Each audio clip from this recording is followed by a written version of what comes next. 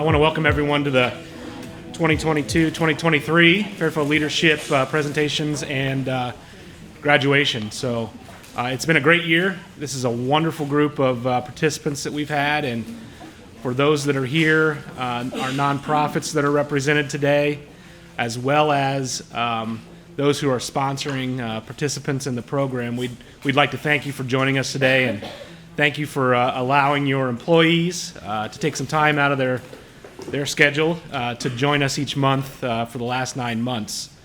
Also, a big thanks to those nonprofits again for taking some time to work with our program. I hope you found it rewarding.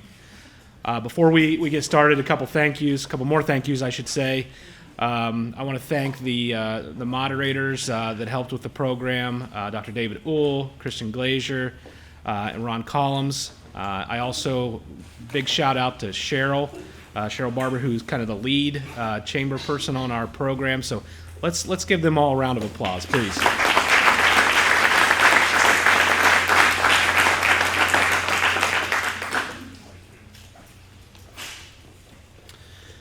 Also want to take a moment to thank Jenny with the Fairfield County Workforce Center here. I don't know if she's tucked away in her office, but she is a tremendous amount of help for us. She pitches in every time we're out here, so big thanks to her as well. And of course, there's Margie from our office. Margie always helps with all our events as well, and so I just want to thank everyone for their assistance in the program. And of course, thank all of you who participated. I know it's time out of your schedule, out of your day job, but I hope you found it rewarding as well. For the last 9 months, we've focused on anything from having crucial conversations to learning what our strengths are, to learning a little bit about economic development, and we've learned a lot, and I hope that you've grown from it as well. But today, we're going to focus our attention on not only recognizing the participations in the program, but also the projects that they've been working on with the nonprofits. If you're unfamiliar with our program, about a decade ago, we started working with nonprofit organizations as part of our program. We identified nonprofits that we thought could use some assistance, and then what we do is we match these nonprofits up with a strategic group of our participants in the program. And for about 4 or 5 months, they work with these nonprofits to help them either solve a challenge, assist with a marketing program, assist with an event, fundraising, recruitment of volunteers. Those are the types of projects that you're going to see today. So without further ado, I'm going to go ahead and get started. You have to bear with me a little bit because I'm also going to be the IT guy switching slides and stuff up here as well.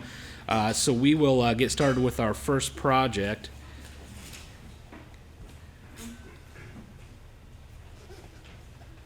Don't need to read Cheryl's email.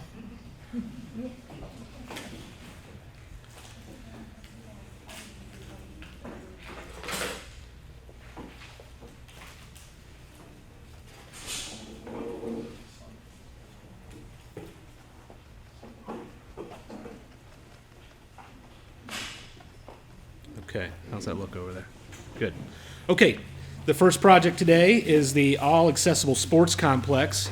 And the team working on this was Denise Blank, Kara Finney, Jordan Miller, Paul Vamas, and Logan Weaver. So if you'd like to come up and present the class with your presentation.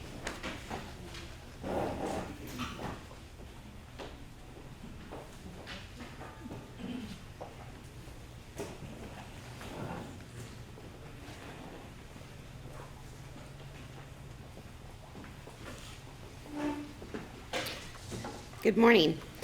Our nonprofit group was the All Accessible Sports Sports Complex, The purpose of the complex is to create a space for kids and adults both of all abilities to participate in their favorite sports and the different activities. The complex will be located adjacent to the Forest Rose School off of Granville Pike here in Lancaster. The fundraising efforts were started by the local Lions Club members in 2010, and the efforts were stopped after approximately 3 years.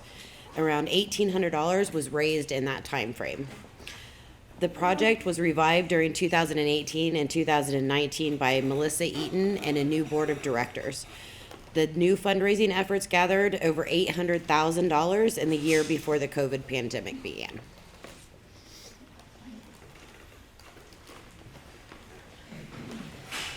Hello. So I'm going to talk about the board of directors. So currently, All Accessible Sports Complex does have a board of directors. They have a president, David Maciosi. Vice president is Dave Bloom. Treasurer is Melissa Eaton. Just a second. I'm so sorry. The secretary is Edward Gamble, and then there's 4 additional board members: Sally Grimm, Todd McAuliffe, Dr. Ed Payne, and Derek Upp. These board of directors do meet on a monthly basis and do discuss the project needs, and so we were able, through our assignment to All Accessible Sports Complex, to meet quickly with Melissa to talk about the needs of the program. And we were able to gather that information from her, really understand the needs. Like Denise said, they started back in 2010. They've raised approximately half of what they're in need of, funding-wise. They've raised, I think, about $900,000, and they're still in need of about $1.9 million total. So one of the big needs was fundraising. They also, through their board of directors and the steering committees, they have 8 members, but they very quickly were able to identify that they don't have enough people to help with those fundraising efforts. They have done a lot of grants. They've got a lot of donations from specific individuals, but they haven't been able to build up a committee to help with the fundraising efforts. And so one of the needs was participation, recruiting volunteers to help with those efforts. And then also, as Denise said, they started back in 2010, but there's a lot of people that don't know about the project. And it's a really good location for where that project is wanting to develop this sports complex. So really getting the word out so that the community, that the county is aware of that project. Is a big need too, because I think the more people know, the more people will want to be involved and will want to help with those fundraisings or volunteer opportunities. And then another thing that we kind of talked with the steering committee about is really reevaluating the site plans. They have gotten a couple of different quotes on how much this will cost, and through the years, the prices have changed. Obviously with inflation and COVID, and so really understanding what they really want that design to look like, and whether their desire is going to meet their needs financially. So one of the things that we did with the nonprofit was, in order to build participation up, was we scheduled an informational meeting. It was held on March 14th in the evening at the library. We really wanted to be able to share this with the public. We did some social media posting. I know Chamber did some posting. We talked with friends and family and all kinds of individuals, hoping to have some people come and attend. Melissa was able to do an amazing presentation about the project, and also had lots of different visuals in order for people to see what their plans are. Unfortunately, nobody attended. One person attended, but not for the purpose we needed them to. So that was not as successful as we wanted it to be, but we did have a lot of good discussions after that meeting with others on the steering committee, and really able to talk about like their needs and really what they want to see moving forward. So it wasn't a complete waste of time, but it was definitely something that we were hoping to have a better turnout for. Another thing is just really proposal to create subcommittees. So understanding that the All Accessible Sports Complex wants to have more individuals involved in fundraising and volunteer opportunities, and really kind of nailing it down. Like what are people going to be, what are their strengths, where would they fit within this project to be able to assist moving forward and making this project happen. So we'll dive into some of these key issues as Kara kind of mentioned on participation. We'll dive into more of these here in just a moment. The first one was promotion as well as the participation. I know being an employee of the Chamber of Commerce and this being a chamber program, I think it's easy to say, we'll just join the Chamber of Commerce and it'll fix everything. But I think Melissa can agree, since they have joined back in January, a world of opportunity has opened up for them ever since then. Opens the door for so many possibilities, including networking opportunities. We have free networking events throughout the year that will not only help with the promotion, but possibly help with the fundraising and making those connections.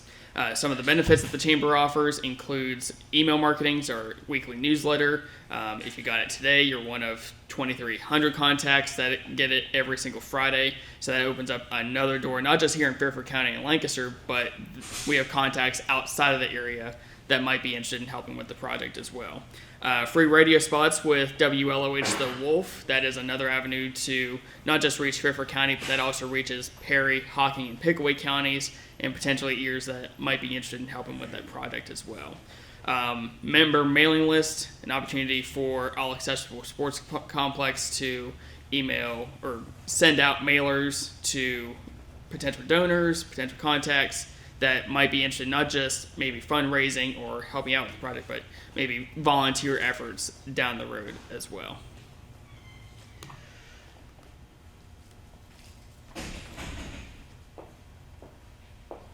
So as has been mentioned already, All Accessible Sports Complex has raised about $900,000 towards starting this project. The ultimate kind of goal or need at this point is 1.9 million. So this slide just shows a lot of the top contributors who have helped reach that 900,000. So there have been a fair amount of businesses within the county that have donated funds towards this. And there's also quite a few individuals who have contributed large amounts. A lot of these individuals here have really personal or close ties to this project as well. There have been a couple grants that the project has received funding from as well. So one need or one thing that we talked about trying to help with was fundraising to help bridge that gap between the 900 and 1.9. One of our suggestions was to start hosting an annual event. So this would be like in concept a fundraising event, but also help with promotion as well. So we found a big need was just to get the word out about All Accessible Sports to the community. And establishing this event would hopefully help raise some money, but help other businesses, other individuals become aware of the project and maybe find other ways to partner or other potential donations coming from that. Some ideas that we had for this annual event were like a youth sports complex or tournament, since this is a sports complex that they're trying to develop. We wanted to kind of focus on that. We talked about just youth, adults, different businesses in the county or the community being involved in this tournament. Maybe using the site that the project will be developed at. And there has been some discussion among the board and the project to develop or to start with the field. So maybe even trying to utilize that once that's up and running. And then maybe utilizing Forest Rose School if we need indoor space. And we talked about maybe like a vendor fair of some sort as well. Another suggestion or kind of hope we had was to recruit someone to help with grant writing. We didn't necessarily achieve that goal of finding another volunteer to help with that through our time, but Melissa did become certified in grant writing, and I think has already successfully applied to some grants since then. So that was an awesome thing that came out of that suggestion, I guess.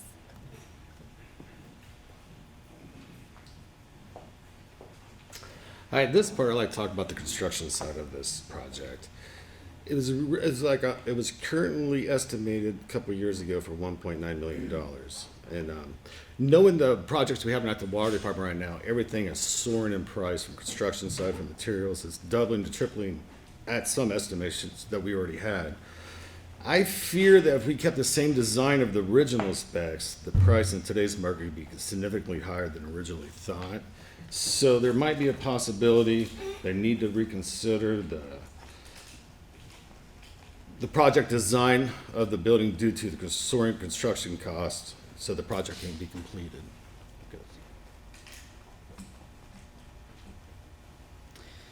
So as we see, we're huge supporters of this project. We really think it would be a huge benefit to the community to allow folks with developmental disabilities or folks who may not be able to participate in their favorite activities otherwise at current facilities.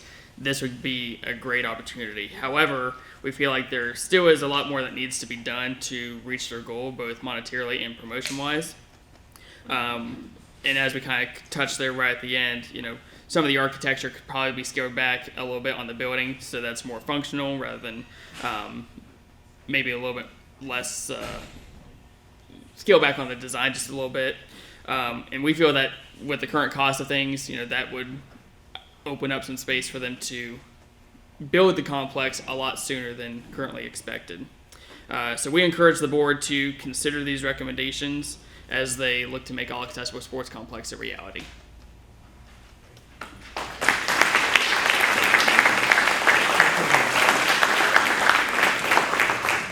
All right, wonderful job. We're going to go ahead now and present you with your certificates of completion for Fairfield Leadership. And when I call your name, you can kind of just step forward, and Ron will hand you your plaques, and then we'll get a picture. We've got it on video back there. So we'll start here with Denise Blank.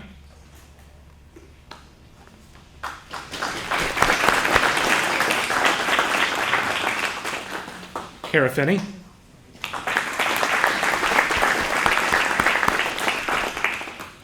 Jordan Miller. Paul Vamos. And Logan Weaver.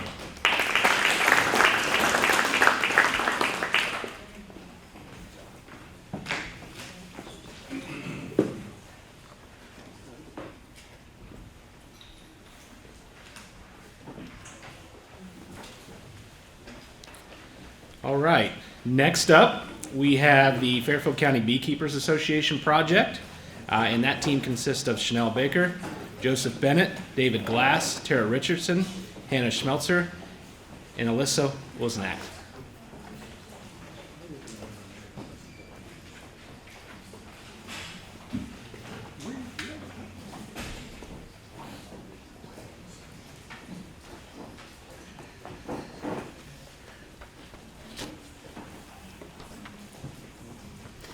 Good morning.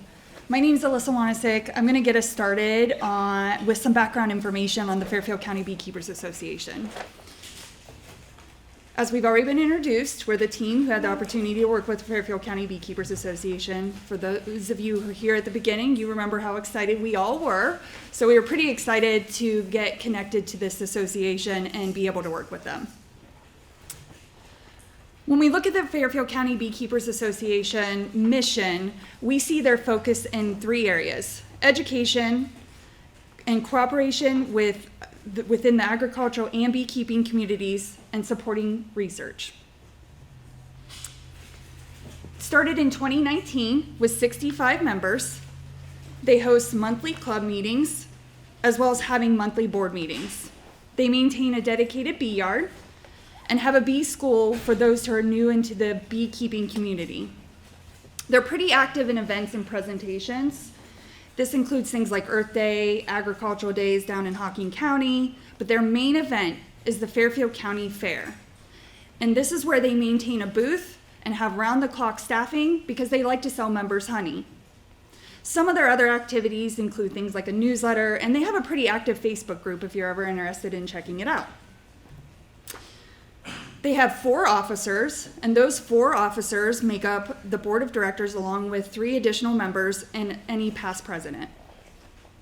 They identify having 15 committees. I have just a selection of them listed up there. A few of them are either come together only when they need something like a refreshment committee, or the board or the officers, or I'm sorry, the board of directors maintain or do the work on those committees. But many of those committees require active participation in order to maintain those activities. So I'm going to turn it over to David, and he's going to take us through their request. Thanks. So when the Beekeepers Association first approached us, they came to us with a problem. You know, much of our nonprofits that we worked with across this room, everyone was bringing a problem.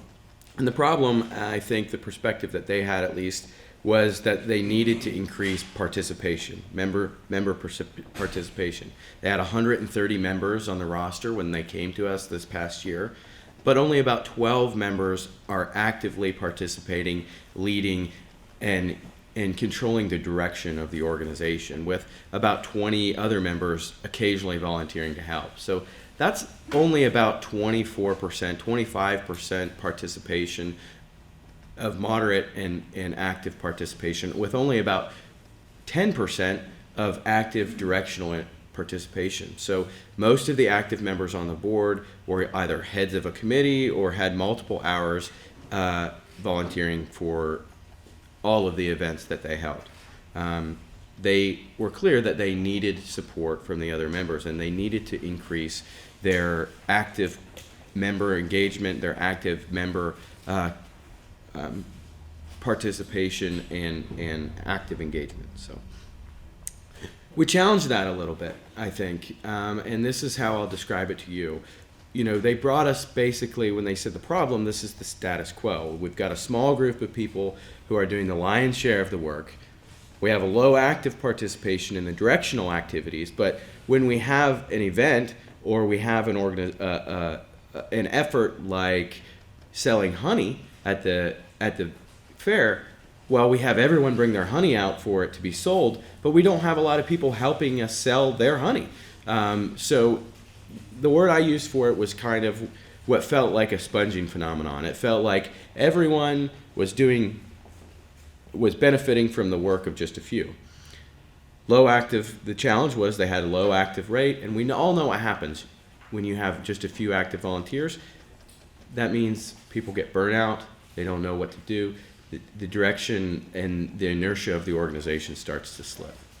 What we posed in many ways, and I think you'll see this in our recommendations in some ways, is yes, we want to encourage active participation, but perhaps we're doing too much. We read the mission. How does our mission align with all of the 15 committees that we're trying to do and the various activities? We encourage, I think, in our recommendation to sharpen the focus of the organization, which would maximize the effort in high participation activities and reduce in low participation or heavy workload activities. And then also clearly setting expectations for member engagement and developing new leaders within the organization.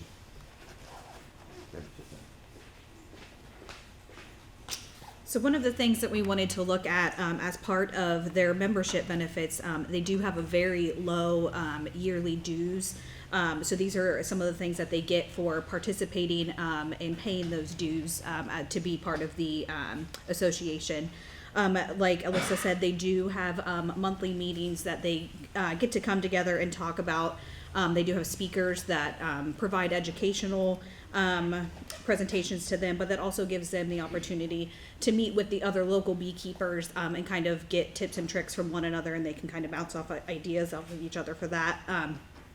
About this time of year is when they start their bee yard, and that goes all the way until November. So usually about half the year is when they get a chance to attend that weekly bee yard if they choose to, and kind of get, again, more educational tips and tricks for taking that back home with their own beehives.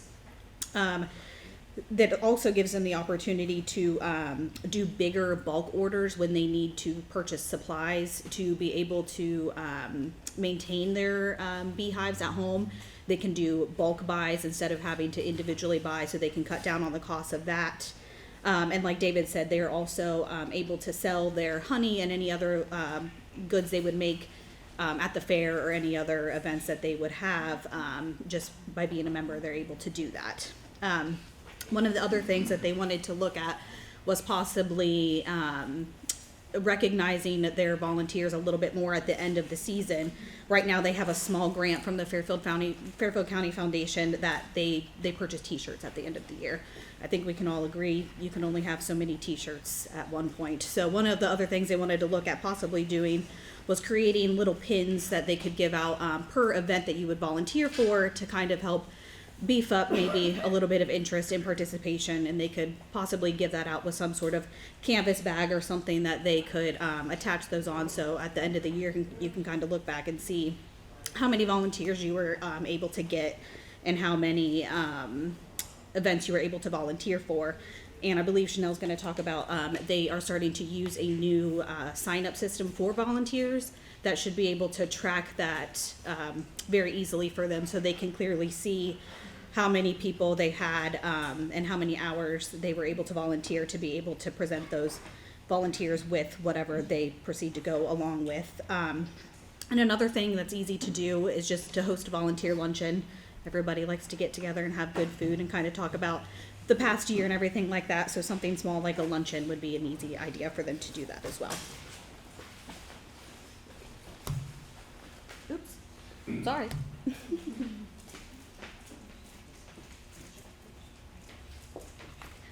Okay, so when we spoke with Jeannie, she had a lot of ideas. Well, a couple ideas about like membership outreach to help with signing up. So we talked about the survey, or not the survey, the sign up, digital sign up, so that people could go in and pick what time slot would work best for them. So they're not just volunteering to work and giving a general time and then having to be at the mercy of whoever's scheduling the volunteers. So we thought that could be beneficial for them to get people to sign up, because they can go in and pick what works best for their schedule. And then they would have plenty of time to do that. They have their Facebook that's very active, and they actually started like a chat, but they have everybody in the chat so that people can get in there and discuss different things, but it is a little overwhelming because everyone on the Facebook is in the group chat. So I thought it could be beneficial for them to have smaller groups where they take different variations of experience and skills, whether how they see it or how many years they've been in it, that they can kind of offer their expertise and help to each other on what they're doing.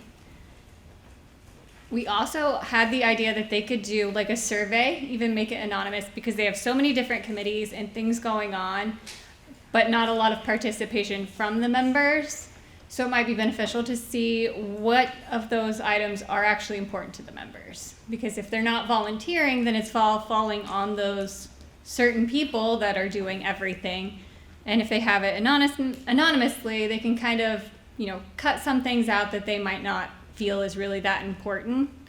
And also use that to try to pique interest on who would be interested in participating on the boards, because they said that they're having a lot of the board members or just repeat board members because people aren't wanting to step up and go to the next one.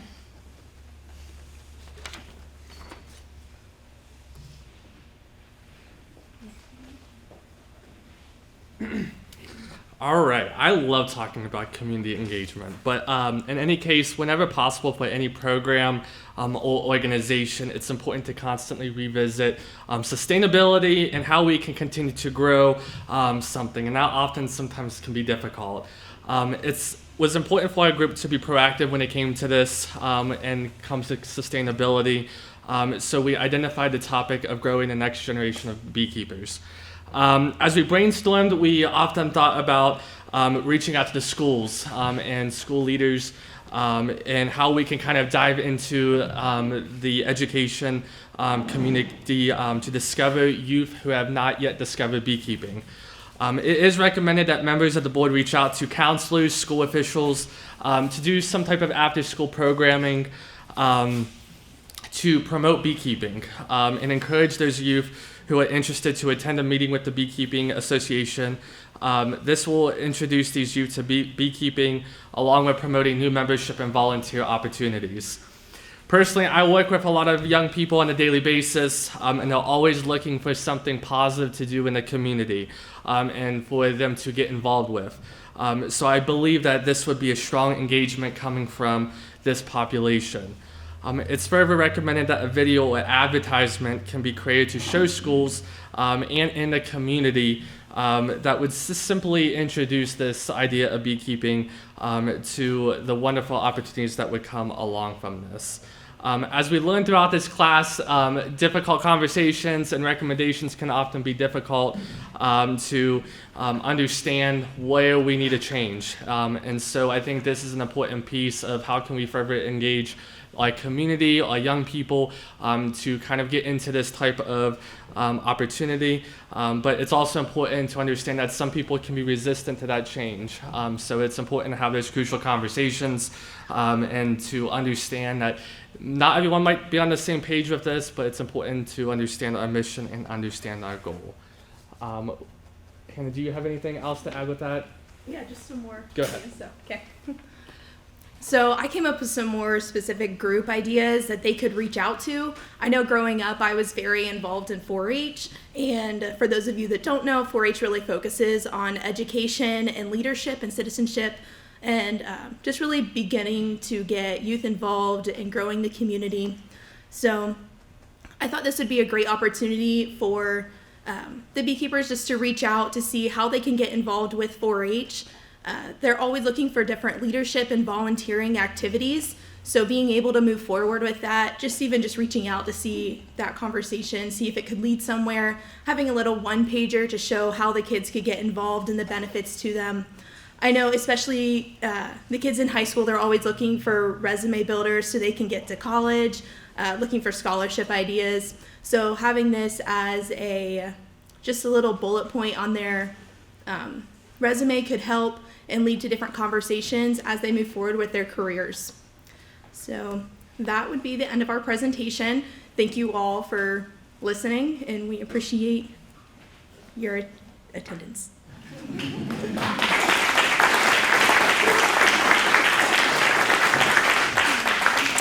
Great work, team. Well done. We will call your name, and then Ron will present your certificates. Chanel Baker. Joseph Bennett. David Glass. Tara Richardson. Hannah Schmelzer. And Alyssa Lamazak.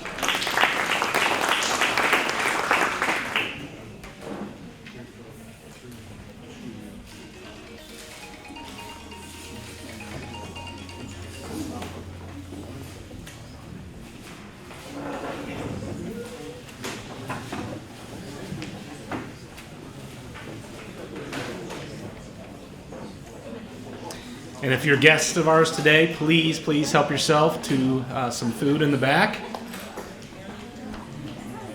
All right, I will introduce the next project. This is called Fairfield Foster Closet. The team working on this was Kevin Freeman, John Gordon, Tiffany Nash, and Hannah Travis.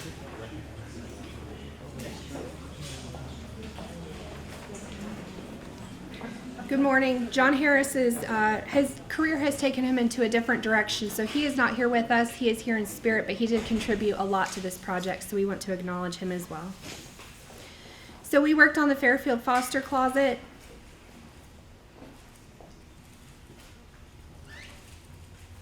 So Fairfield Foster Closet is a nonprofit group in the county who provides new and gently used clothing and other essential items to families who are taking in children who are going into the foster care system.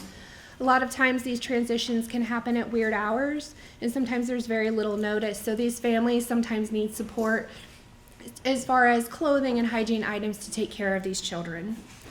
Most of the items that they have are on hand, and as you can see, they have a storage unit to organize and distribute these items for these children and be able to meet these needs in an immediate notice. More than just clothing and hygiene items, though, they supply school supplies, personal care, diapers, duffel bags, beds, and books. They also have a scholarship program for children who might need that in the future. So Fairfield Foster Closet was started in 2021 by Sean and Lauren Krupla. They are foster parents and have been foster parents since 2017, and for a stint of time they lived in North Carolina, and there was a similar program there. So when they came back home, they decided that there was not something to meet the needs as there was down in North Carolina, which is why they started this organization. Since starting in 2021, they have provided and served the needs of over 220 children, and that number is now outdated.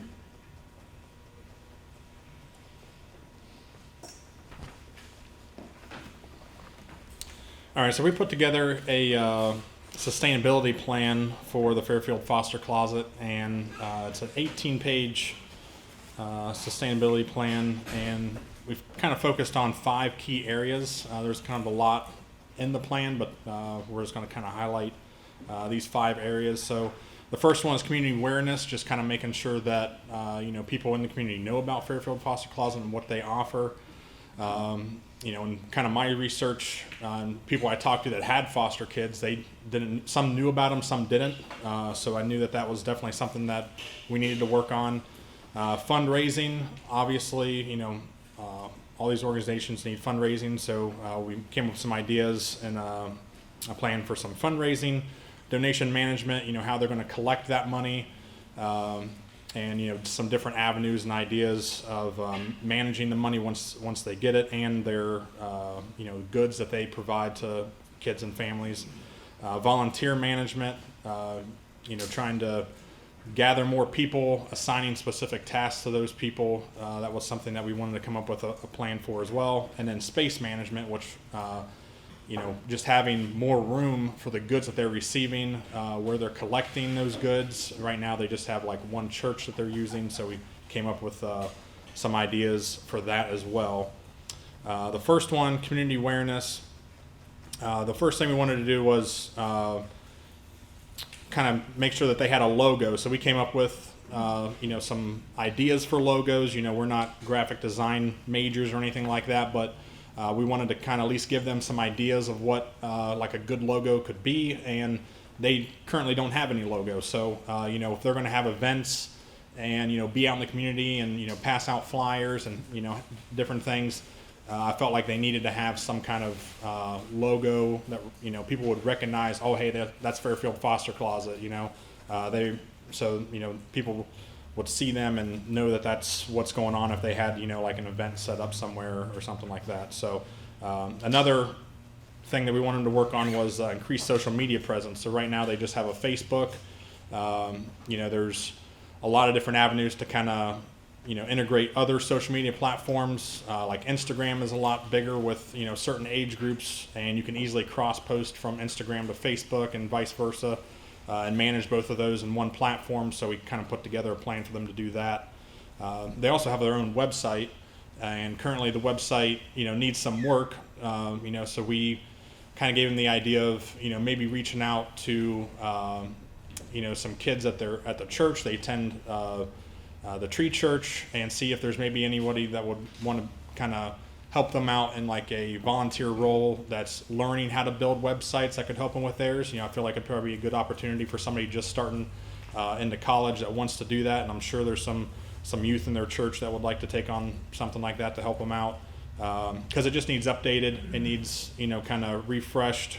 And another thing, networking with organizations. So right now they are.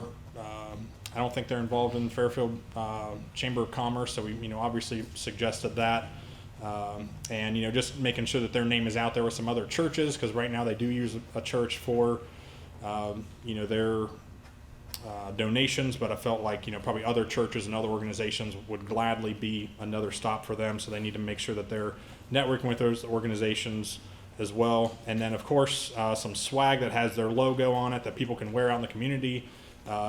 Volunteers would, could maybe have this on when they're working events and that kind of thing. And right now they don't have anything. So.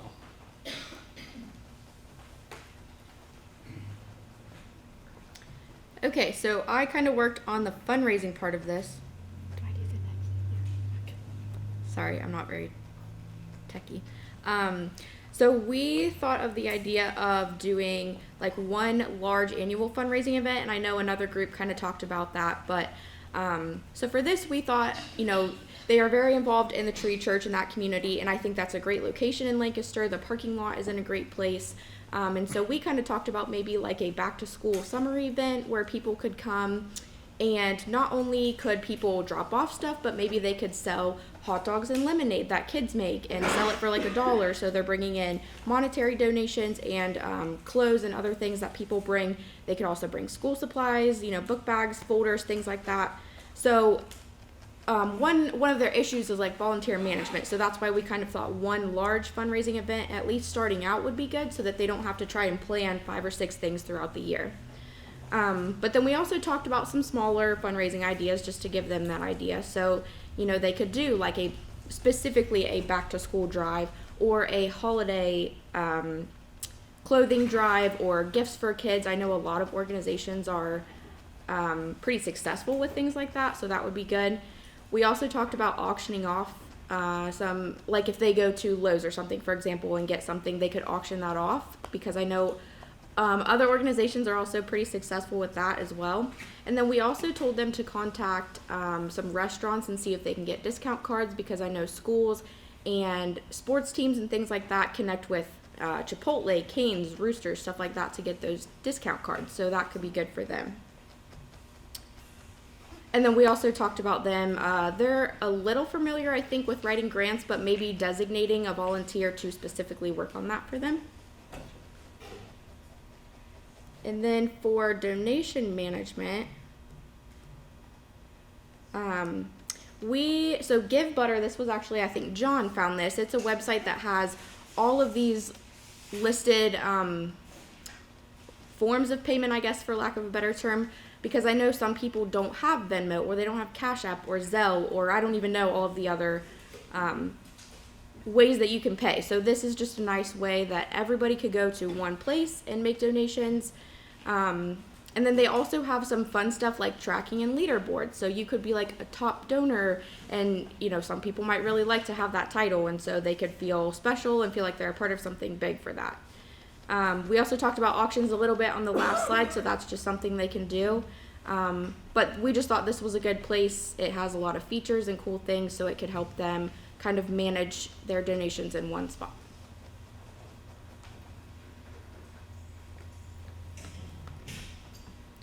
So for my portion, we were working on a little bit of volunteer management. They do not have a lot of volunteers currently now, but we was looking for different ways, different technology that they could use now with apps or different websites that they can manage and kind of assign things to their volunteers. But also with those, I was giving them options that could be free or low cost right now, but also have scalability, so as they grow, this can be a more sustainable thing for them in the future. That way they don't kind of outgrow their tools with that.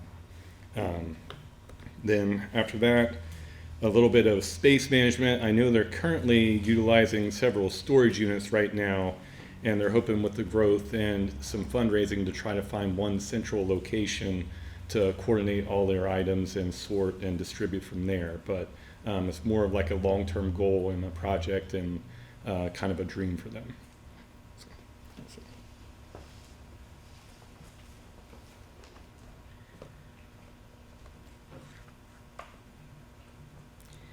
So we don't want to walk away without action items for them. So these were several of the action items we kind of really hit home for them, but allowing them to take this and this is their plan, this is their project, and however, whatever's feasible for them. So deciding on that logo for awareness, increasing awareness, a fundraiser, a call for volunteers to help with specific areas, especially if there are specific gifts that could help them out, such as designing a logo, maintaining a website, maintaining volunteers, etc. And then increased donation, advertisement, monetary, and in-kind, and then managing those donations in addition. So to sum up, Sean and Laura are teachers, and they are not able to be here today because they are teaching. But Lauren sent a statement last night that I have been asked to read. She says, "We would like to begin by saying how incredibly grateful we are that the Fairfield Foster Closet was chosen to work with the Fairfield Leadership Program. We are sad that we cannot be there in person today, but we still wanted to share how much we have learned from our team. Our team created a comprehensive sustainability plan that will greatly assist in our growth to reach more children that have been impacted by foster care. From the beginning, our team listened to our story and how the Fairfield Foster Closet came to be. They wanted to hear how our nonprofit operates, our current challenges, and our plans for the future. From that, they referenced areas of support such as joining the Chamber of Commerce, which we plan on doing. They provided financial options such as fundraising ideas, donor appreciation ideas, and grant writing options. In addition, they provided suggestions for awareness, volunteer management, donations management, and planning events. Overall, this experience has exceeded our expectations, and we have a solid plan to reference as we move forward in our journey. We are extremely grateful for the opportunity and time and effort that has gone into this program. Thank you, Sean and Lauren Krupla. Thank you.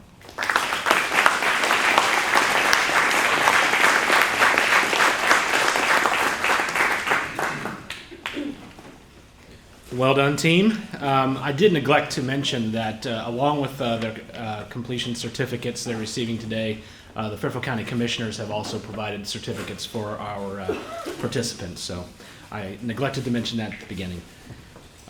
So our team here is Kevin Freeman, John Gordon, Tiffany Nash, and Hannah Travis.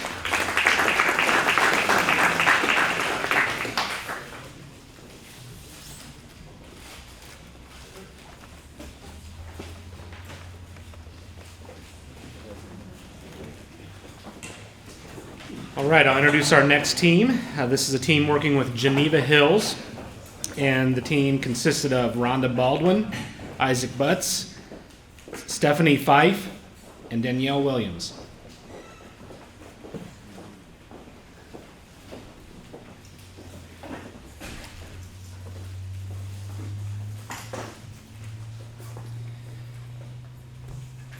Good afternoon, everybody. As mentioned, I'm Isaac, and here with me I have Stephanie, Rhonda, and Danielle. And when we were paired with Geneva Hills, we were very excited because we know the vast opportunities that Geneva Hills can offer.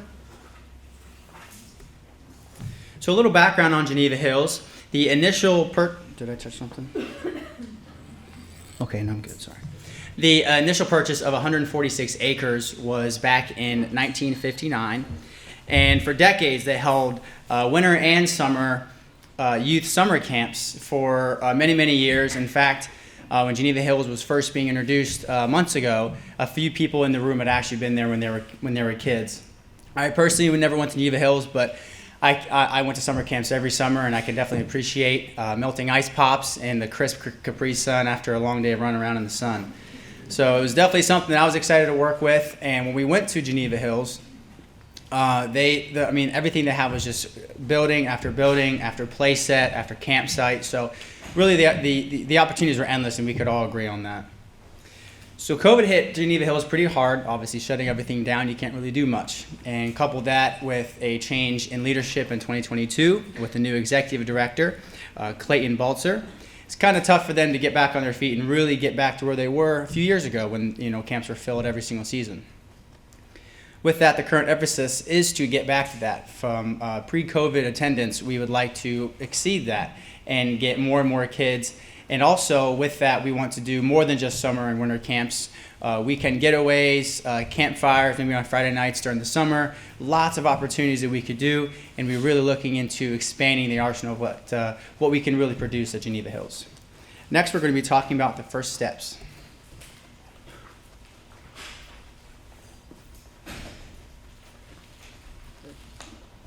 So the first step was doing a SWOT analysis to determine the strengths and the weaknesses.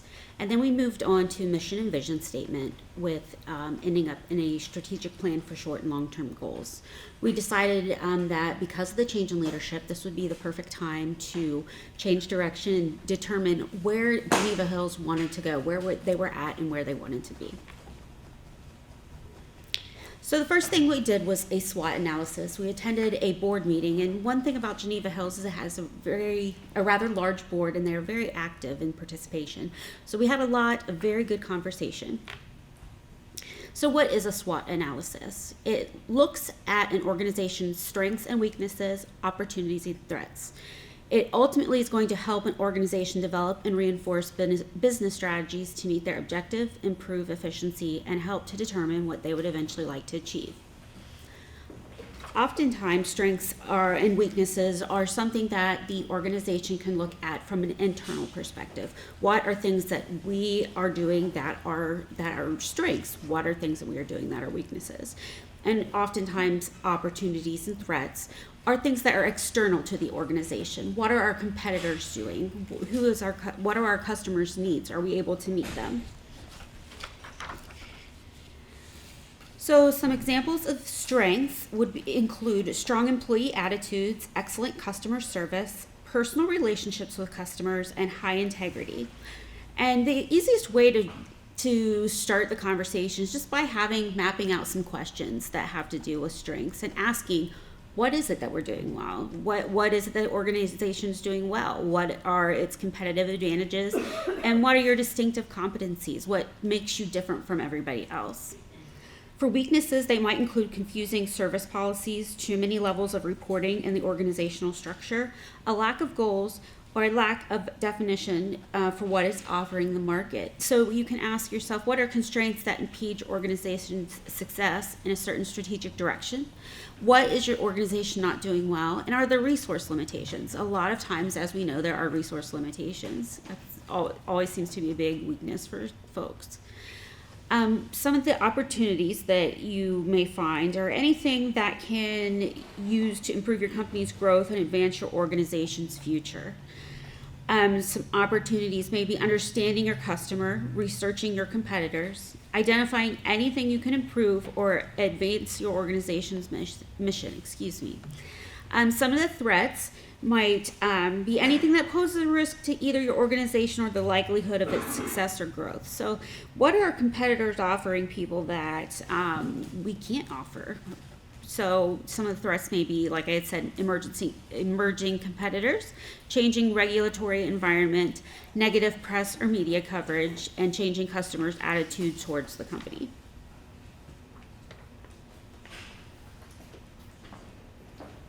Okay, so once we had our SWOT analysis, we moved on to the main objective of our project, which was to create a mission and vision statement for Geneva Hills. So to understand the importance of a mission and vision statement, we need to understand the core of what a mission and vision statement are. So a mission statement is a statement that explains an organization's purpose, who they are, and what they value. This is really why the company exists. A vision statement is a declaration of an organization's purpose, aspirations, and their aspirations for the future. So this is where the company wants to go and what they want to become based on their main mission and purpose. So,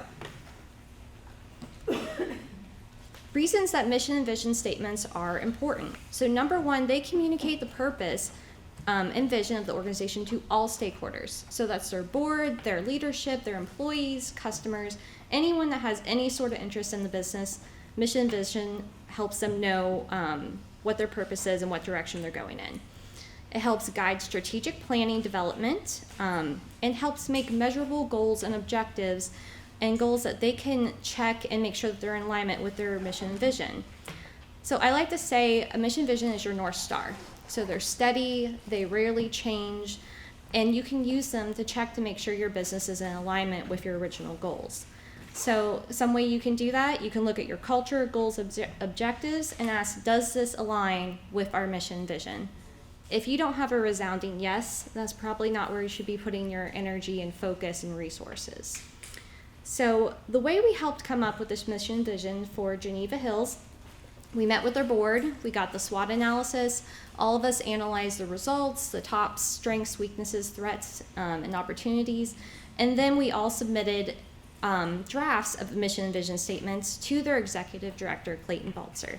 Clayton then compiled our drafts into a final statement and then took it to the board of Geneva Hills. and they unanimously voted on the following mission vision statement. So the new Geneva Hills mission statement is Geneva Hills exists to impact the lives of our community by providing an unforgettable experience and opportunity for all of God's children to grow in the wonder of his nature.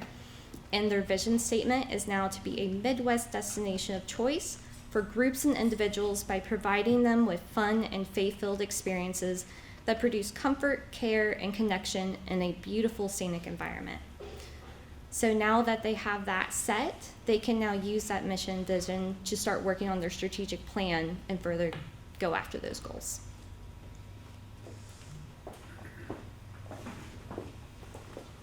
So what is next? For anyone who has done strategic planning with your organization, you know that this is not an easy or quick process. And so we have provided to them a one-page template that would give them some guidance in moving forward.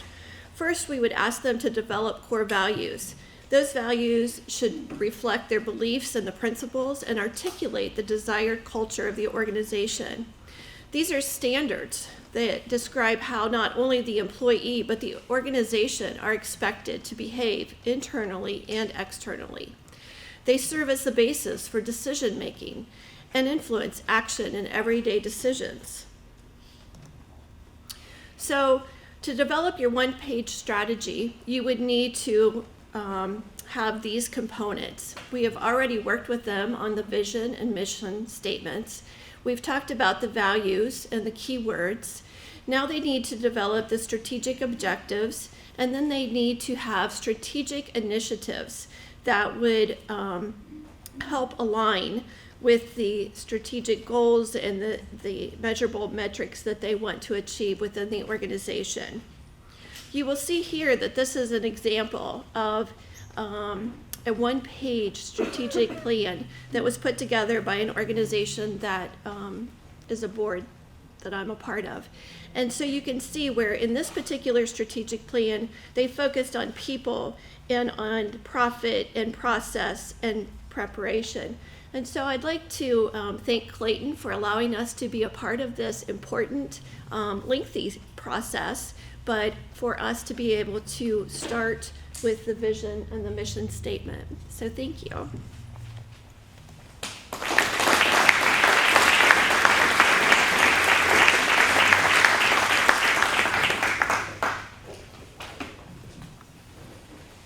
Well done, group. So we will call the names of the team members. Rhonda Baldwin.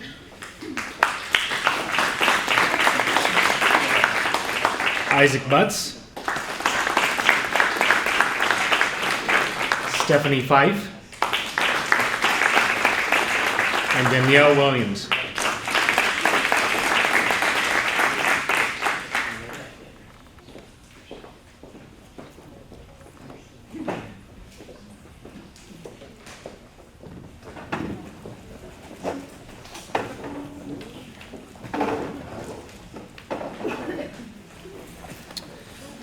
All right, our next project is Meals on Wheels.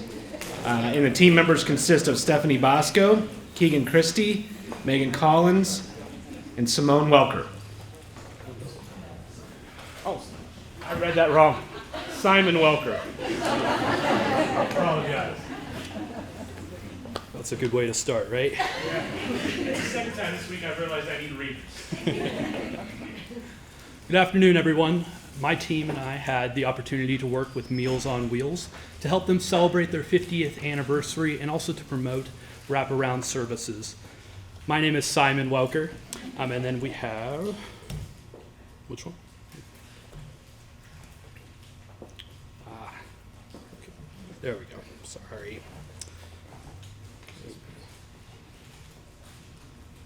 There we go. We have Stephanie Bosco, Keegan Christie, and Megan Collins. Meals on Wheels works to enable independent living and improve the quality of life for older adults in Fairfield County. Their vision is to provide nutritional services, to encourage social interactions, to reduce isolation, to act as a catalyst to develop, expand, and sustain a coordinated county-wide system of services for seniors, and to facilitate access to services.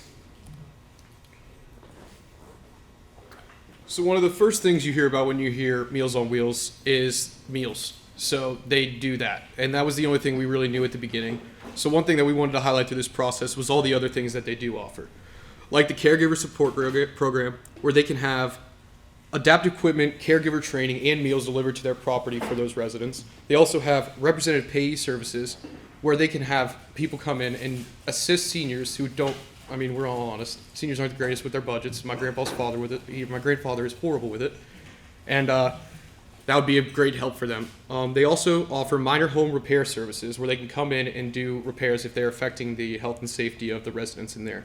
They also offer personal emergency systems, which is similar to the Lifelight thing that we all see on the news, but they also offer those at the mobile units and landlines through the people's phones.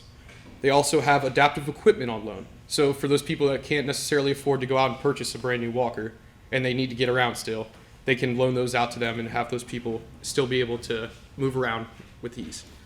They also offer personal care and homemaking services, where they coordinate with local providers to assist in seniors with their daily activities. The one big item, transportation. A lot of these seniors, as they age, transportation becomes harder and harder on them. They provide non-emergency transportation to any medical appointments that are needed. They also offer information and referrals. They offer education services available for seniors and assisting with the forms and Medicare processes that can be somewhat challenging. Next, Megan's going to tell us about what Meals on Wheels wanted to find with this project.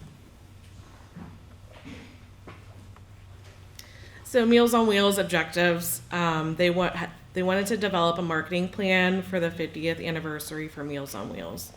They wanted to drive interest in consumer demographic to drive higher attendance on upcoming events, increase social media engagement, provide marketing strategies with local companies, increase community knowledge of their services offered by Meals on Wheels, leverage local companies to work with Meals on Wheels for services, and keep homebound clients, guests involved in gifts with the anniversary.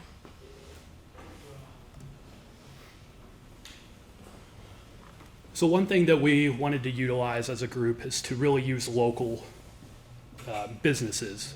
So we wanted to find ways for local advertising. So one thing we did was we contacted Naaman Outdoor Advertising to see the prices of billboards. Another thing is Meals on Wheels, one of the most representable things with them is you see their vehicles all over town. You see the cars drive by, and I mean, I know when I do my daily walks, I always see Meals on Wheels. So that's almost a walking billboard for them.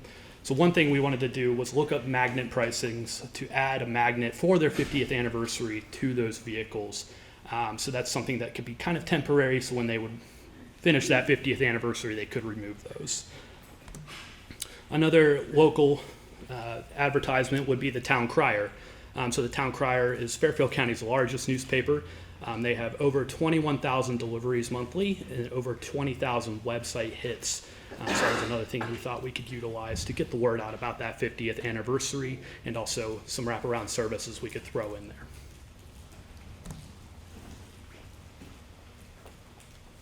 One of the other things that Meals on Wheels touched point on was offering sweet treats to celebrate their 50th anniversary, not just in their cafe that their clients can come to, but their homebound clients.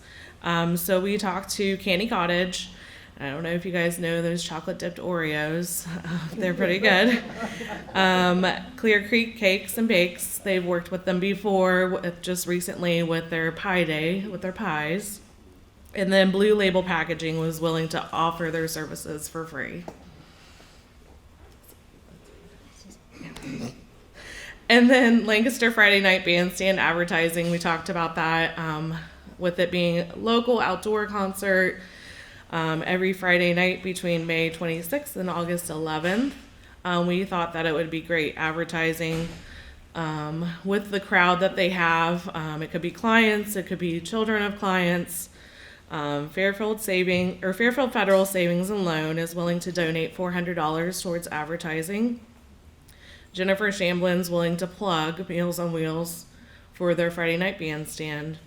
And then we also talked to Promotions by Design about fans and can openers.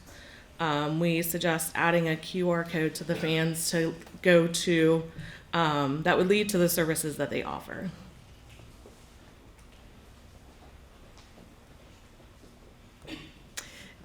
So another form of advertising that we've been looking into is the Lancaster Festival. I'm not sure if any of you have heard of it, but it's supposed to be popular. So we talked to them and we got pricing on their advertising. We also looked into Lancaster Living advertising. So apparently this magazine, I do not live inside Lancaster, but this magazine is hitting our direct audience. It's hitting likely the children of those folks that are going to need the Meals on Wheels assistance. We talked to the sales rep, and he's provided us with a nonprofit rate, and they've got lots of options. Writing articles, so writing articles, not just having an ad in there, but a couple different opportunities within their magazine. We also, Meals on Wheels is, we asked what their budget was, and they said it was really big. So, we're trying to find ways to, which everyone's is, right? My budget's really big too. So we're trying to find ways to save some money, and social media is the way to go. So we're gonna call on board members, staff, clients, families of clients to just prepare. We could make it technical, call them reels, but just get on Instagram and talk about how Meals on Wheels services have really helped their loved ones get through the week, get through the month, get through from when the next time a family member is going to be visiting them. So we have a handful of ideas, but these are all free. These are all getting your group together to put in a little bit of effort. And on the not so free side, we have a marketing third party that we thought would be a good option for Meals on Wheels. So this is Constant Contact. Constant Contact is, like I said, a third party marketing company. They're fully online, and they offer a bunch of different services to small companies that typically don't have the amount of room on their team or enough money to outsource all this graphic design stuff. So they can do things like Google advertisements, personalized content, automated emails with new customers and including old customers. And they in-depth conversations on engagement reporting, and then they also create Facebook, LinkedIn, and Instagram posts, which I found that would be very big for those teams, as that's something that it slips through the cracks because nobody really has the skill to do it or wants to do it. So this is something that could be an easy thing for a third party to pick up.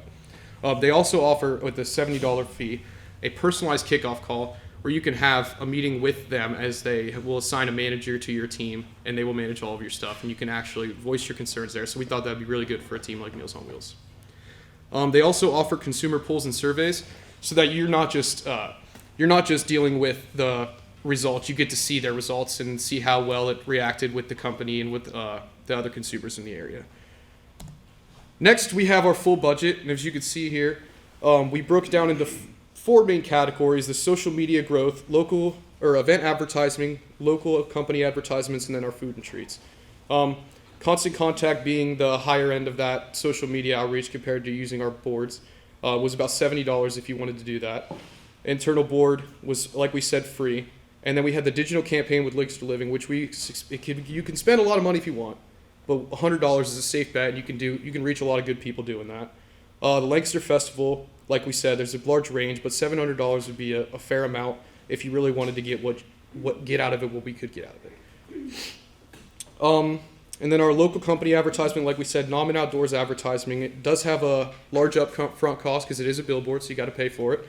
But once that gets up, I think that could be a big difference in this, these, as well as the astrographics with 2,600. That would be our biggest investment, as that's a one-time purchase for all of those fleets of vehicles. And then we get to our food and treats, where we have the Candy Cottage Meals on Wheels cookies, as well as our Clear Creek cakes and bakes, which both of them would not be too outrageous on pricing, and this would be a great way to reach out to the consumers of the product. Thank you all.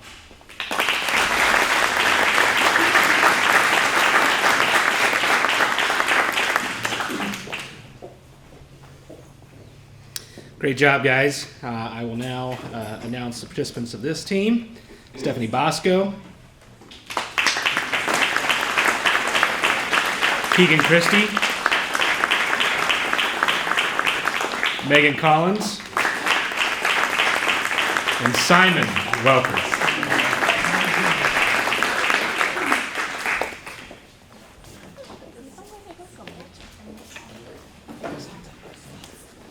He was staring me down as I mentioned his name. You know I had to get it right.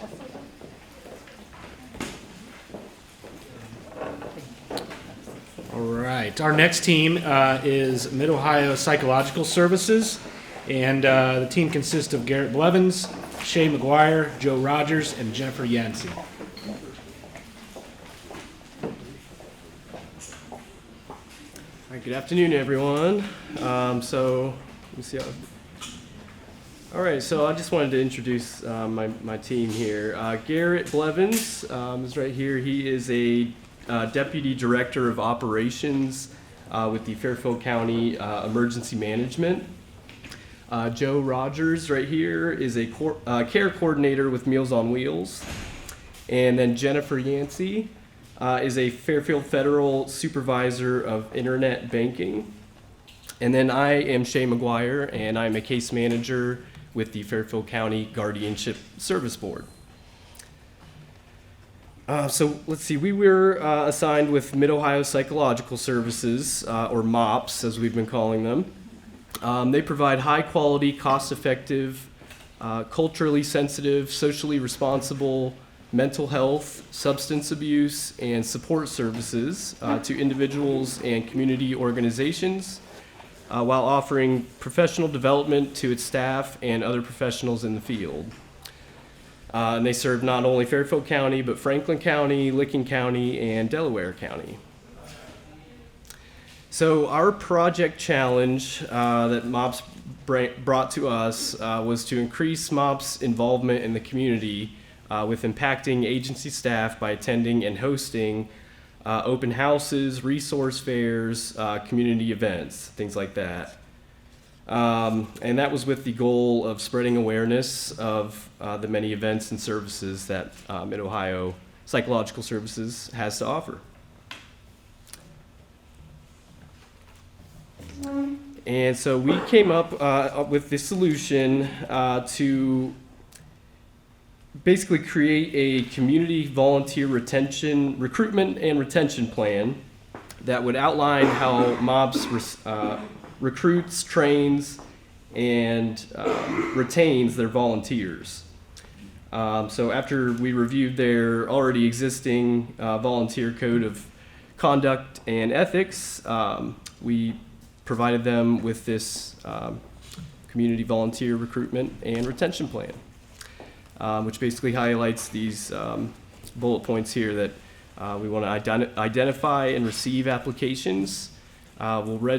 Then registration and verification, training, attending the events, and then retention of those volunteers through recognition. So, and I will pass this one off to Jennifer. All right, we have 3 areas in the community that we want to tap into for our volunteers: the past donors, past clients, and donors. They are engaged groups. They're interested in giving back to the community. And then we have our local civic groups. They are key stakeholders in our community, and often have volunteer opportunities through their employers. And then we have our high school and higher education. They are potential volunteers because of the requirements, interest in the area for future career, or just a resume builder for going on to further their education.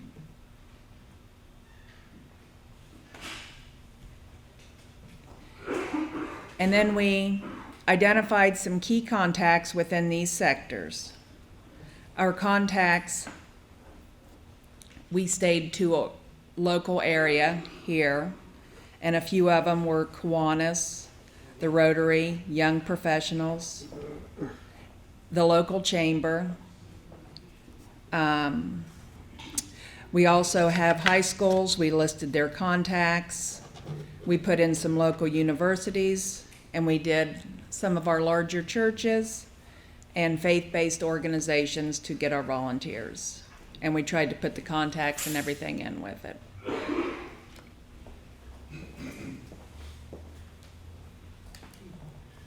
Perfect. So registering those volunteers, MOPS already had an existing program on their website, so we didn't want to recreate the wheel. So we are just going to keep using that system. So there's a QR code on there. If you've ever met me, I can't get through a presentation without a QR code. So please feel free, if you're interested, it'll come up again at the end. We also wanted to make them aware, the Ohio Commission on Volunteerism and Service has a program, a website statewide. It's called Serve Ohio. That website is free to any nonprofit organizations.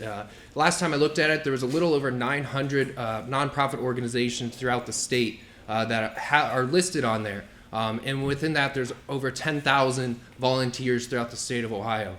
So that really is a free and easy to use resource for them to recruit and post about events that they have coming up.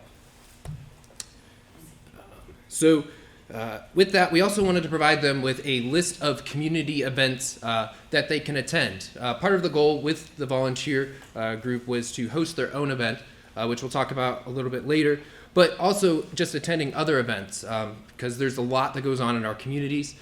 So those range from government organizations, local communities, and churches. So we gave them a list with some contacts there and when those events occur. And not just do we want to recruit volunteers, we want to retain them as well, and that's a really important part of volunteering. And we do that through building relationships and trust and interest with community volunteers. And we build relationships by perpetuating an environment that cultivates inclusion, self-worth, and positivity. And trust is cultivated by educating community volunteers about what MOPS does and make sure that they know what their mission statement is and who they're supporting and what they're all about.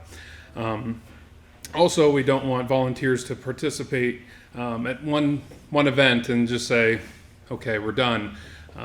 We want to make sure that they continue on in the future volunteering for upcoming events. So continuous communication is also key. And we suggested to the volunteer coordinator there at MOPS that they do a monthly or quarterly newsletter so that they can email that to all community volunteers that keep them engaged and aware of upcoming events and ongoing changes.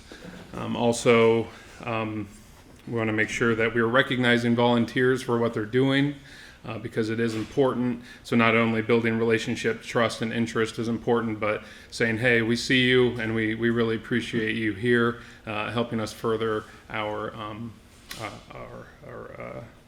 goals.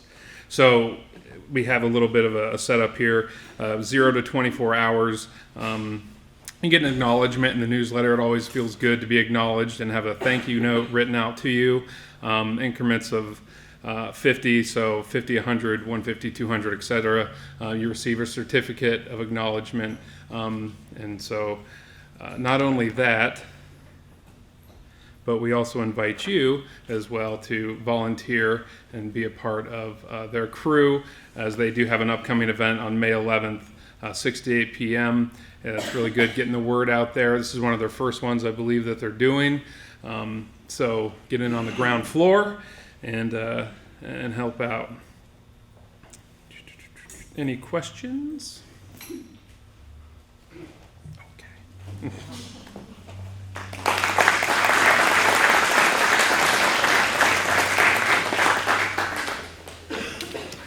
Great job. All right. The team members again. Garrett Blevins, Shay McGuire, Joe Rogers, and Jennifer Yancey.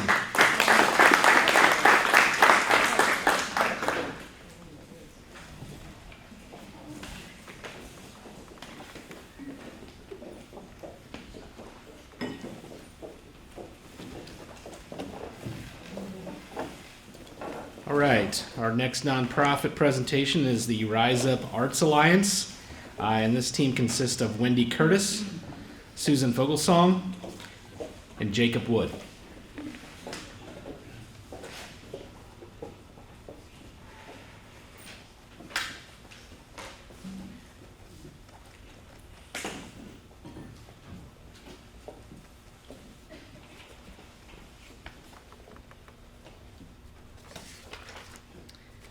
So the Rise Up Arts Alliance is a nonprofit arts program that was established in 2019. Of course, we know what happened shortly after 2019, so shortly after they established, they had a hard time kind of getting it off the ground. But basically, they are an organization that focuses on the arts for children and adults, but they really heavily focus on the children. They focus on creating a nurturing environment to feed the artists and all of us, but especially in the realm of children. They're focused on a positive educational process that can help the children become better readers, learners, and contributors to society. They bring together arts in the community in Fairfield County and beyond. The challenges that they had was, again, in 2019 and the when COVID hit, really getting their name out there and finding locations and things like that. So the challenges that they brought to us were getting their name out, getting their name recognition, how to get the word out and get more people involved, attracting the participants and volunteers, and of course fundraising and supporters. Who can we find to help and what kind of services can we obtain? So the mission statement for the Rise Up Arts Alliance is: the Lancaster and Fairfield County arts and culture scenes shall be animated by the values of creativity, collaboration, diversity, inclusiveness, community engagement, learning, and economic development. Rise Up Arts Alliance will create and assist organizations to ensure a thriving arts scene will continue to flourish. More specifically, they did come to us with, I think I'm forgetting to.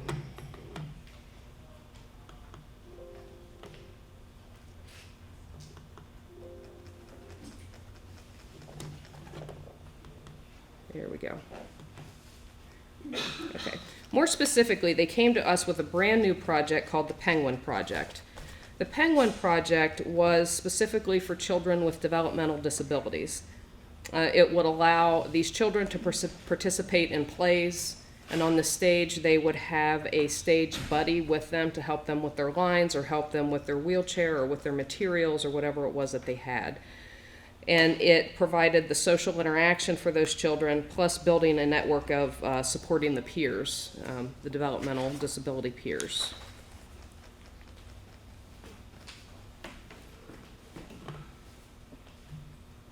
So we started to look with them about what their challenges were as far as raising awareness. What were they currently doing, but then what would they be wanting our help with in promoting and getting the word out about their organization. So we met with their board in February, kind of talked through our list of items that we thought we saw as potential for them to grow and expand what they were currently doing. So we looked at social media. They were doing Facebook, Instagram. They had a couple other things that they were currently doing. So we worked with them to increase the amount of local content they were adding to their page. So focusing on showing people what they were doing, looking at pictures of their children and the actors, their plays that they were doing, but then also looking at how could we get them out in front of the different groups, out in the community, speaking to the civic groups, the community organizations, getting them kind of in front of those people that could help them spread the word. We looked at, with the Penguin Project being brand new, there were a lot of marketing tools they did not have for that project yet. So getting them the updated brochure, helping them look at that, what did that look like? But also, when they are going to go out in front of these speaking groups, do they have talking points, things that they want to focus on, things that they want to make sure that people know about this program, so that people can then speak to the program with their peers or if they're sharing. But then also utilizing those low-cost or no-cost marketing initiatives that are available to them throughout the community. Things like some marketing efforts we looked at. So they are, again, you can see here, They are now adding the Penguin Project to their social. They have started advertising it in their publications when they are out and about. They're now utilizing the brochure that they've got. Judith, who is their board director, who is also probably 99% of the one who does their activities for their projects. She has been out. They have actually spoken to Kiwanis, Rotary. They have a couple of other speaking engagements that they're looking to line up. So she has been very receptive, and their board has been very active in putting forth the things that we have given them. They do have their new brochure, like I say, up and active. They're now advertising through the local chamber that they had not really been utilizing previously. So that's been nice to see. They are utilizing DDL, so Destination Downtown Lancaster. They've been getting really well involved. They participated in the chocolate walk, so they were able to meet a lot of people, talk about what they're doing, what their new initiatives are. So it gets them in front of community. And then United Way has been another instrumental piece in getting the word out for them at no cost for them, which has been tremendous success for them. Let's see. And I think then I will pass it off to Jacob, who is going to talk about their fundraising. Yeah, so the other half of the important target areas for a new nonprofit, the marketing, as Susan covered, and then the fundraising. Since a lot of their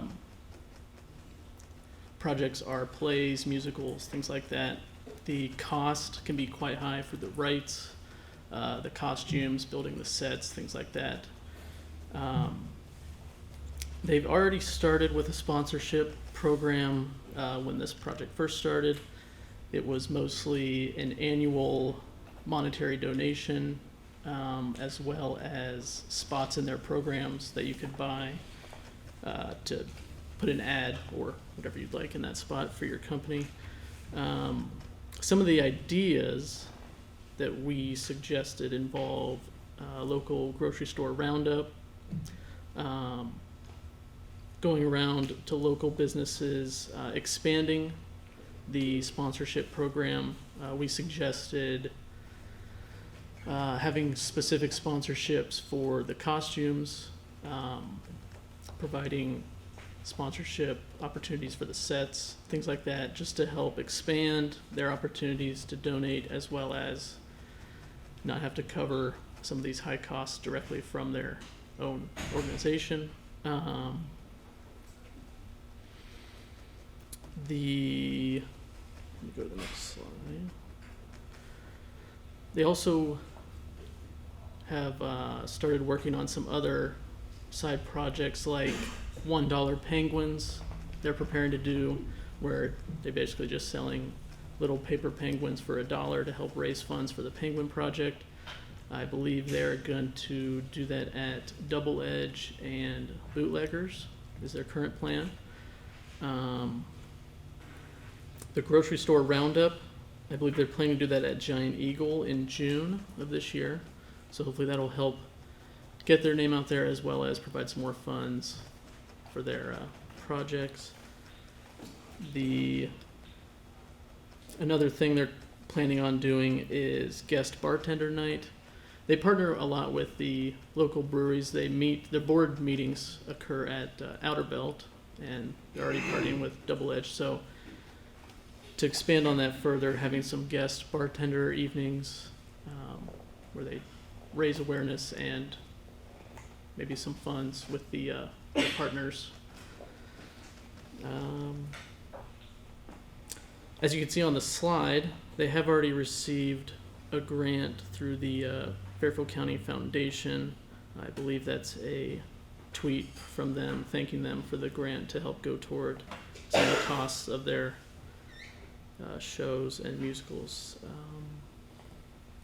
I believe they've already conducted a lot of the suggestions that we provided, including, I think Susan mentioned, talking to the Rotary, using some of their lower cost partnerships like the Chamber of Commerce, United Way, things like that, to really get their name out there more, since they are a fairly new nonprofit.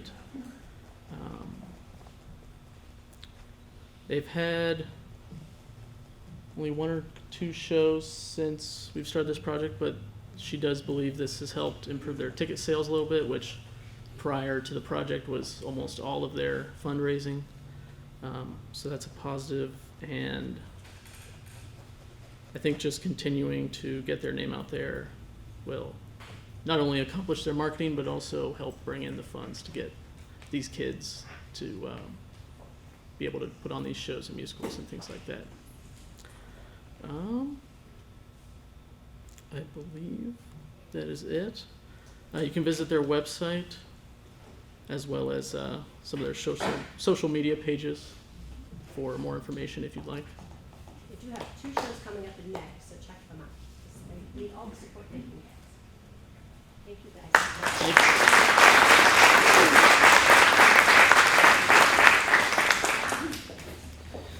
Great job. Okay, and once again, the team members for the Rise Up Arts Alliance are Wendy Curtis, Susan Fogelsong, and Jacob Wood.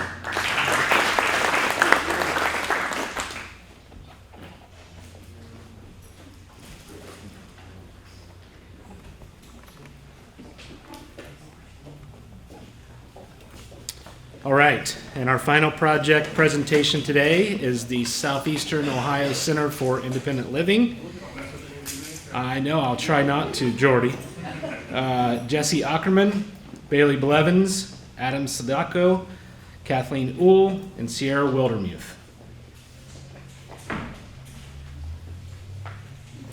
Hello, my name is Bailey. I'm with the Fairfield County Health Department. We have Katie with the Red Cross. Adam is with Economic Development, and Jesse works with the Numbered.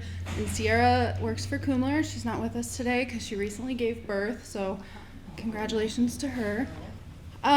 So we worked with SOSL, also Southeastern Ohio Center for Independent Living.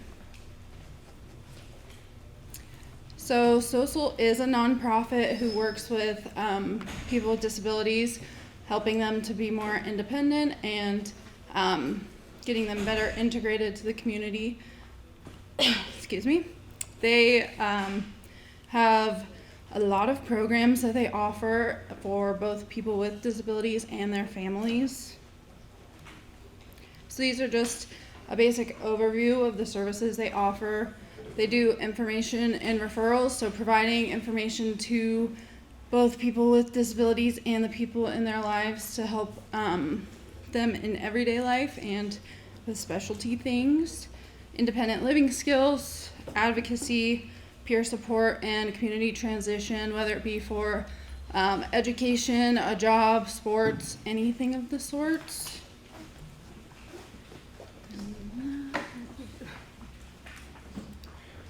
And we also just wanted to note that they are also serving both Fairfield and Hocking counties with all of these services that they provide. So they have a pretty nice spread of location to cover.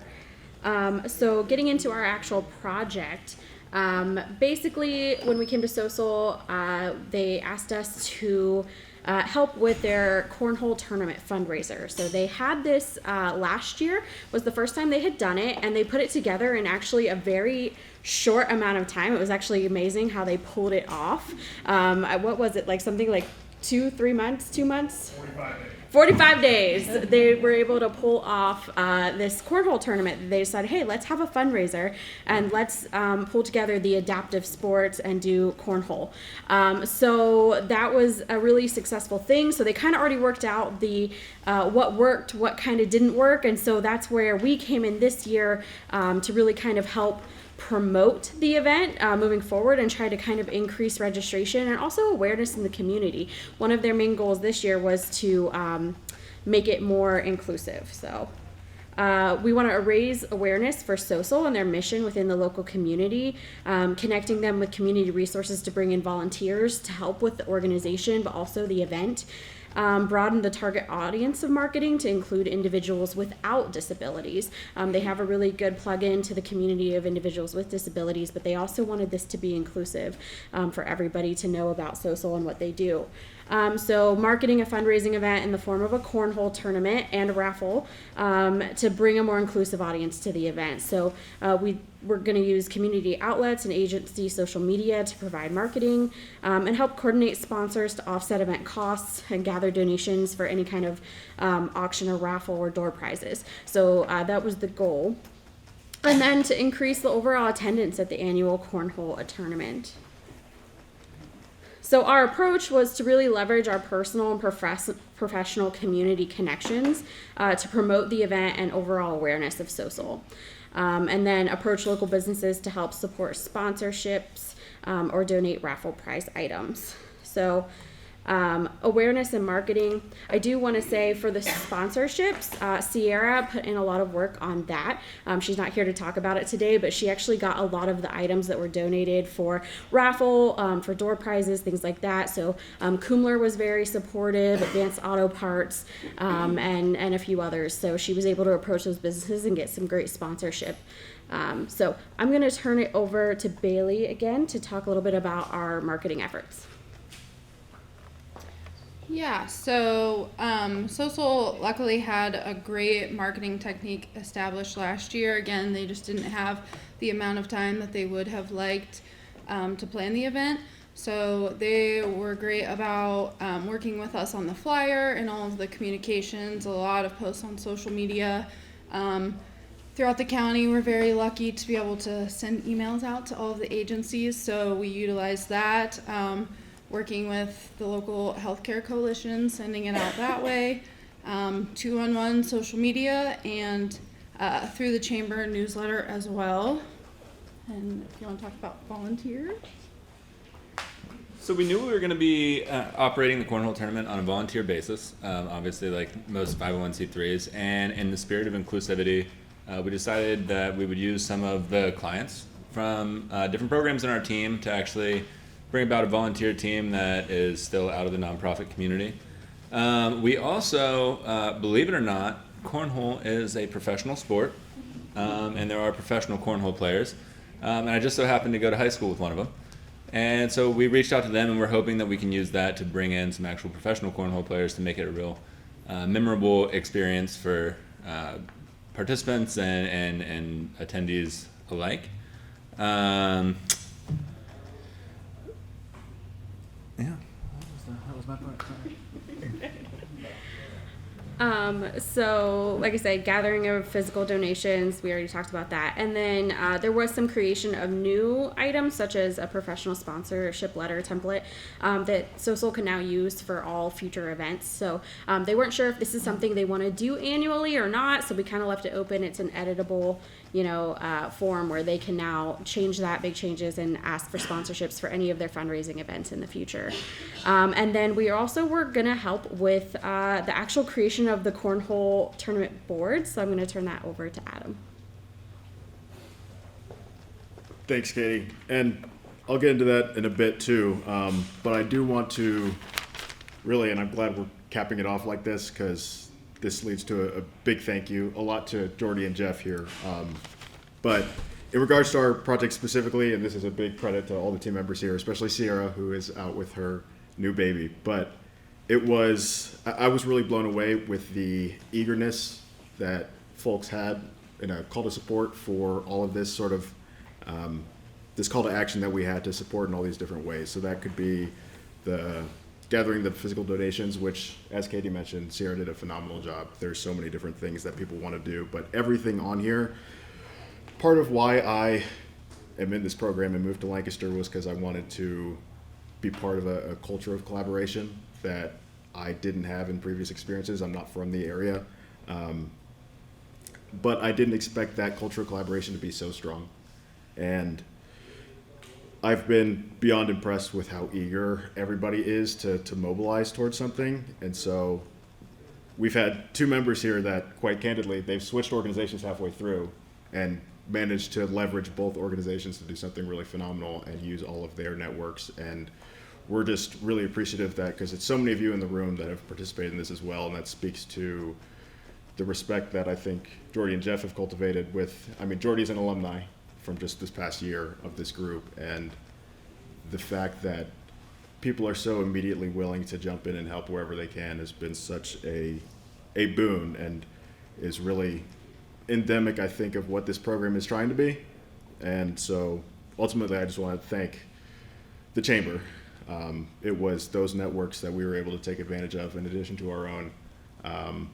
But then it really speaks to all the work that we're doing. The reason this building was created was because of unique partnerships between the county, education, the Chamber, and we're able to use that to use our carpentry lab over there to develop these cornhole boards that we'll use for the tournament, and hopefully have that sort of thing as an existing partnership going for years forward. So really just grateful for the opportunity for all of us, for all the things that we've been able to do, Cheryl and Travis and all your staff.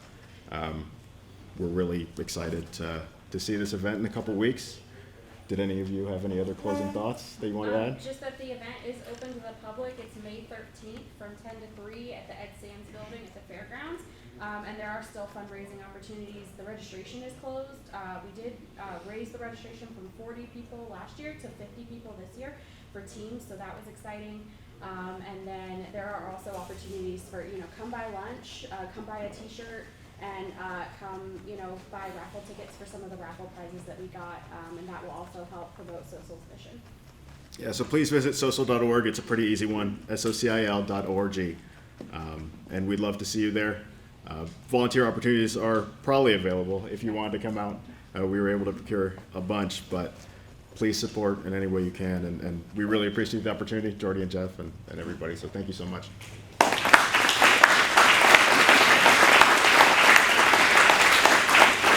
All right, great job. Okay, our final team here, we'll call their names. Jesse Ackerman.